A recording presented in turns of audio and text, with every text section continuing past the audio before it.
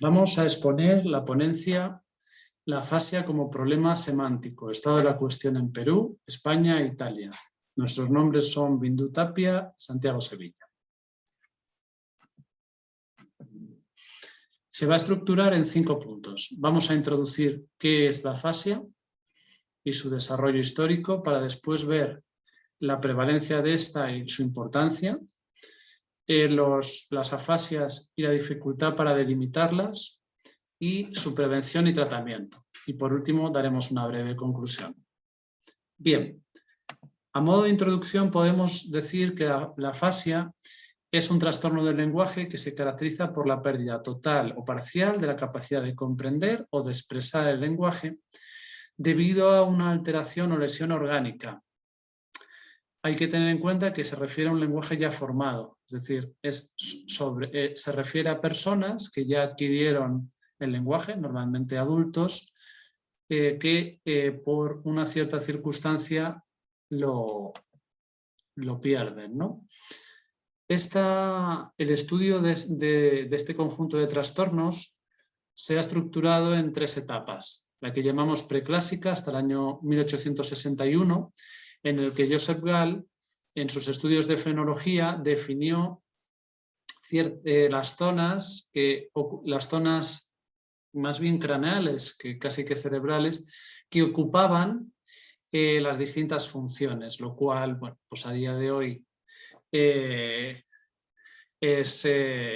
no llega a ser ni científico, pero fue un anticipo de lo que unos años después, entre el año 61 y el 45, dio lugar a los estudios clásicos que ya sí delimitaron zonas. Los más famosos y pioneros serían Broca y Wernicke, que encontraron en el hemisferio izquierdo que si se dañaban las zonas anteriores del cerebro, el paciente tendría problemas para expresarse. Si se dañaban las zonas posteriores a esa circunvolución que ven ahí marcada, tendríamos problemas a la hora de comprenderlo.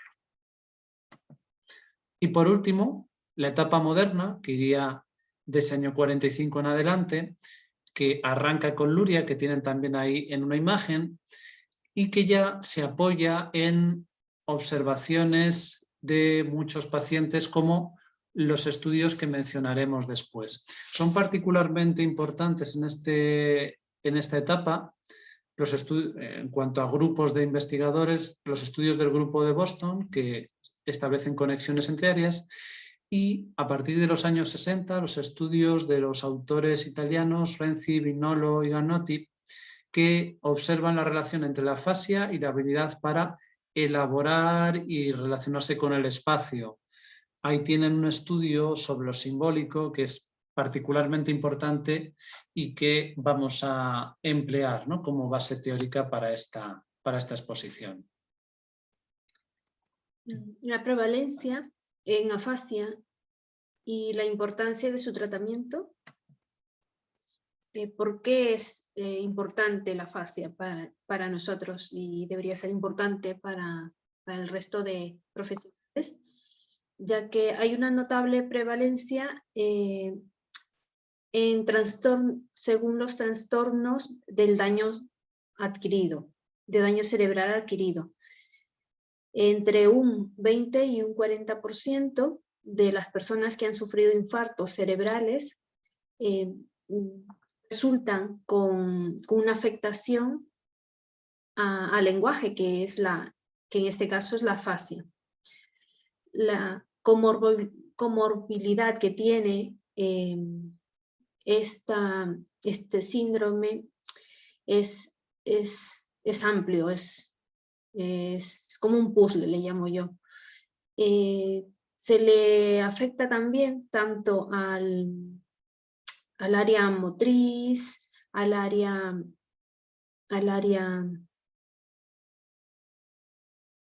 también emocional, ¿verdad? Emocional. Sí, sí, sí. Hombre, a su vez también deriva en una afectación social, familiar, y por no decirlo, si es su caso, laboral, ¿no? Si estaba activamente trabajando. a su vez, también, por ende, todo esto se deriva en que tiene una gran amenaza su identidad, ya que no puede expresar, ¿no?, sus sentimientos, no puede expresar lo que piensa o no puede elaborar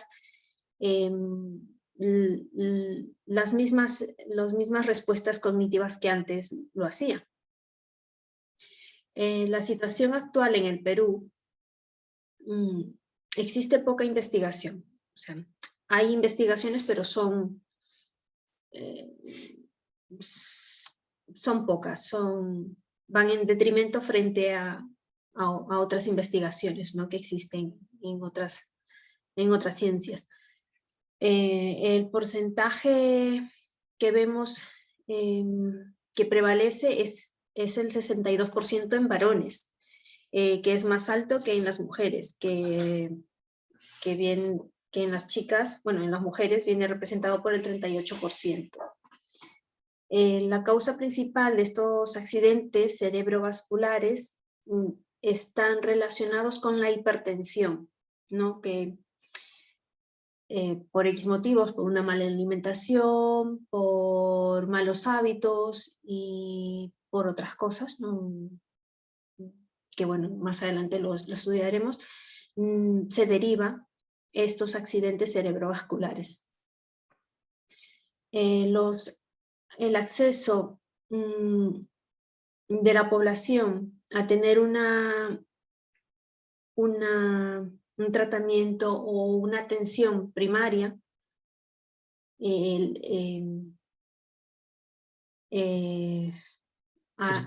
es más complejo, ¿no? Es más complejo, sí. O sea, no vamos a decir que es el principal problema en Perú, pero sí es una influencia negativa, ¿no? Ya sea debido al área geográfica donde se encuentra la persona afectada, el sujeto, en algunos casos les lleva movilizarse entre 4 o más horas para ir a una atención primaria, a una posta médica, y más horas hacia un hospital, ¿no?, donde está más equipado, hay más profesionales para que les atiendan. Los pacientes afásicos bilingües, que en este caso son quechua-castellano hablantes, tienen una diversidad en sus actos locutivos y locutivos, en comparación con los que hablan castellano. Es decir, son más conscientes de la presencia del interlocutor. La situación de la afasia en Italia, encontramos que existe 150.000 pacientes con afasia que tienen este trastorno, y de los cuales el 40% vienen derivados por un ictus en el hemisferio izquierdo del cerebro. Anualmente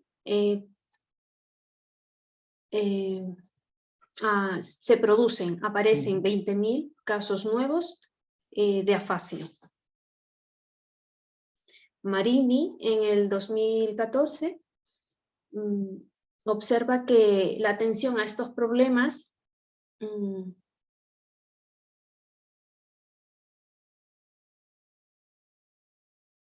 que es más elevada, le dan más enfoque al área de la lingüística que al abordaje global.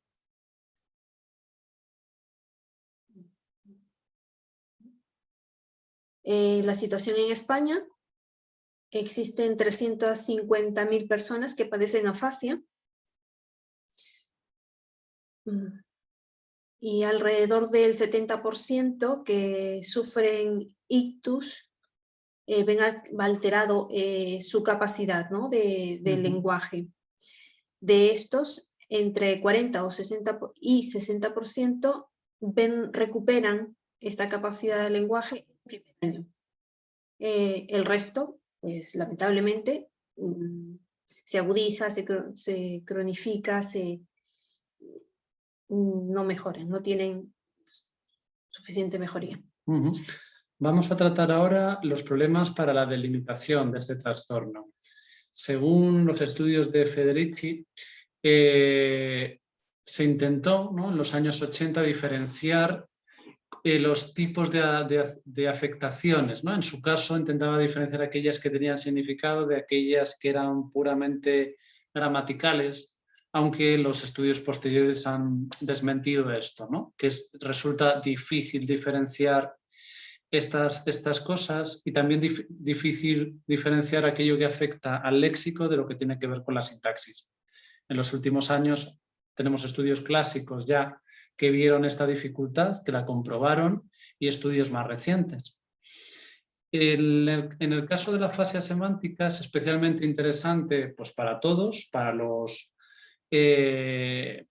médicos, pero también para cualquier profesor que se ocupe del lenguaje, porque no solo afecta a lo que tiene que ver con la oralidad, sino también con los aspectos escritos, con aspectos de cálculo, con todo aquello que lleva a problemas en el análisis y la síntesis de un contenido. Es decir, en definitiva afecta, ¿no?, en este sentido que veíamos con Grodzinsky y estudios posteriores, afecta en buena medida a toda la vida intelectual, ¿no?, de la persona. Pero una cosa que nos puede interesar desde el ámbito filológico incluso es que, pues, ya señaló hace tiempo Luria que donde habría que trabajar con mayor abundancia sería el aspecto simbólico, ¿no? Y ahí es donde entra en juego, pues, la narración, incluso la literatura, como ámbitos que dan posibilidades que permiten una comunicación diferente, como vamos a apuntar brevemente. En la prevención y tratamiento, Marini y Andreetta et al. Nos dice que se necesita un abordaje completo que integre los distintos niveles de esta afectación en el área lingüística.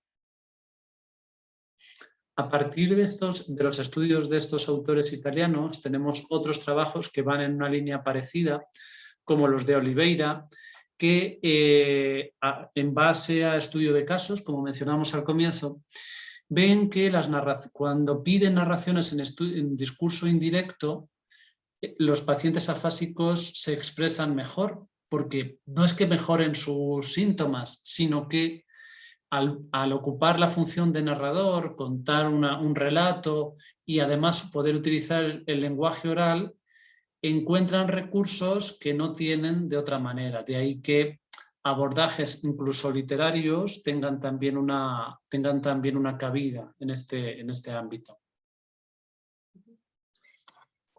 Entre las conclusiones o conclusión que hemos preferido es que estos trastornos afectan al área del lenguaje, a la psicología y a la identidad propia del sujeto, ¿no? Como les comenté, que les afecta sobre todo a esto, a la identidad, porque no les permite emitir sus respuestas, sus pensamientos, sus sentimientos.